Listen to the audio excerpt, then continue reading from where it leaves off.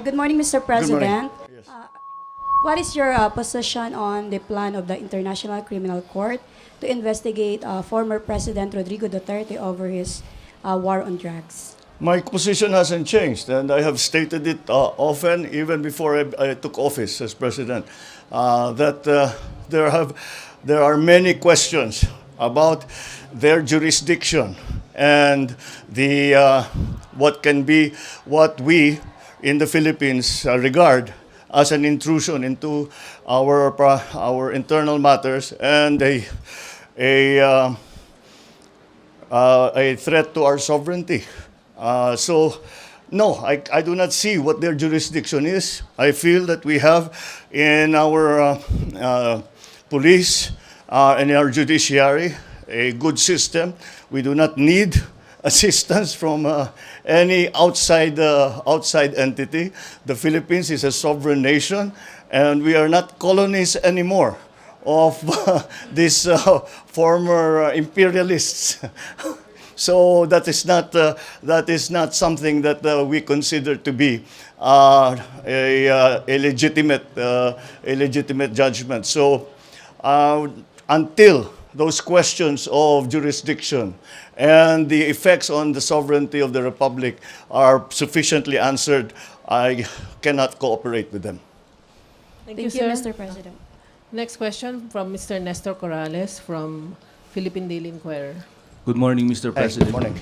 Sir, do you think it is now the right time to activate or to invoke the country's mutual defense treaty with the United States following the laser pointing incident at the West Philippine Sea? Perhaps it is because if we activate that, what we are doing is escalating, intensifying the tensions in the area. And I think that would be counterproductive. Besides, despite the fact that it was a military-grade laser that was pointed at our Coast Guard, I do not think that it is sufficient for it to trigger the Mutual Defense Treaty. So we are in constant contact, of course, with our treaty partners, not only with the United States, but also our ASEAN partners and our partners here in Asia. And that, I think, is the better recourse rather than to go directly to the Mutual Defense Treaty, which, again, I am very concerned would provoke the tensions rather than cool the tensions down. Thank you, sir. Thank you, sir. Ms. Bea Corpin from Rappler. Hi, Hello. sir. Good morning. Good morning. Sir, what prompted you, on China again, sir, what prompted you to summon the ambassador? Siyempre, malaking deal din yun, sir, to summon him. And how did the discussion go? What was discussed? Well, what was discussed, and I said that the laser pointing incident was only a part of what we are seeing as a intensifying or a escalating of the actions of the militia of China, the marine militia of China, the Coast Guard of China, and the Navy of China.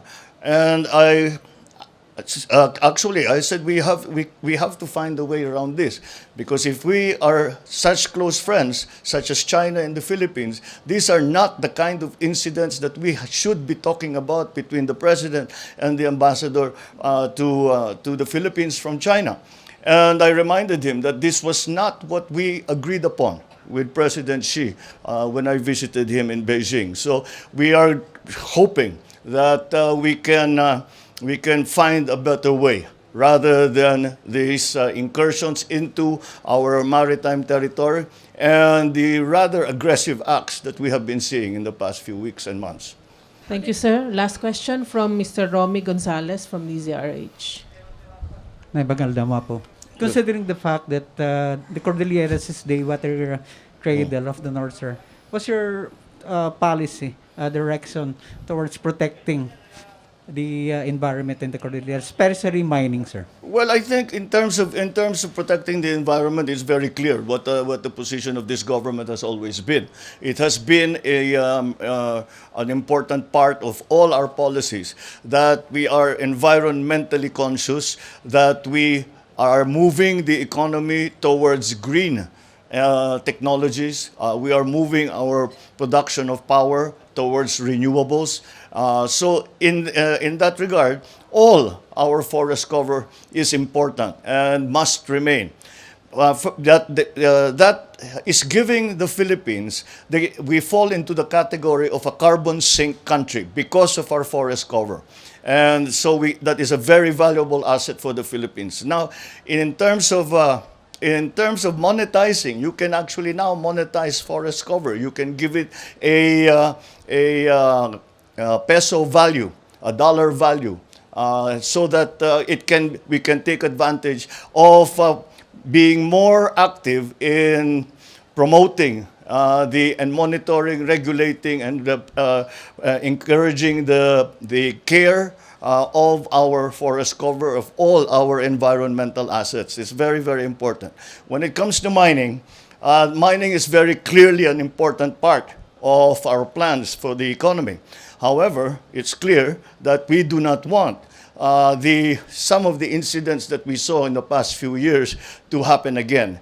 And so it is really a question of enforcing the law in terms of responsible mining. And that is what we will continue to do. We will always make sure that the mining companies who come in, once they are finished mining, that they leave the site in the same condition as it was when they found it. Thank you, sir. Thank you. Sir, thank you, Mr. President. All right. Thank you very much. Thank you, Thank you. Malacanang Press Corps.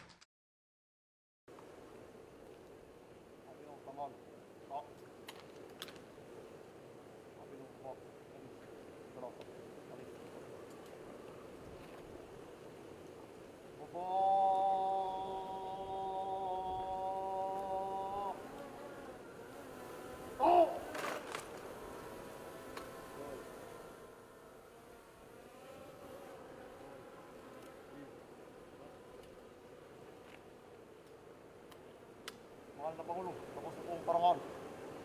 Tapos po ang aking pasasalamat sa ating mga tawag sa kanila, sa kayo ng mga.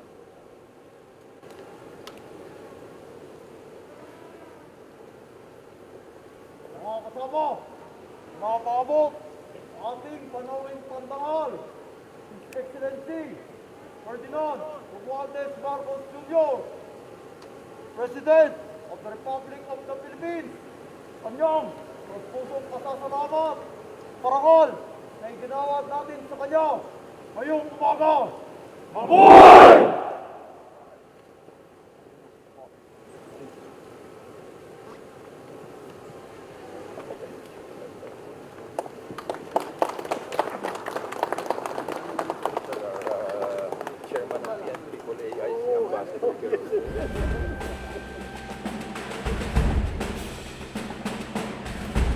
May we request His Excellency President Ferdinand R. Marcos Jr. proceed at Long Island Hall for the guest book signing.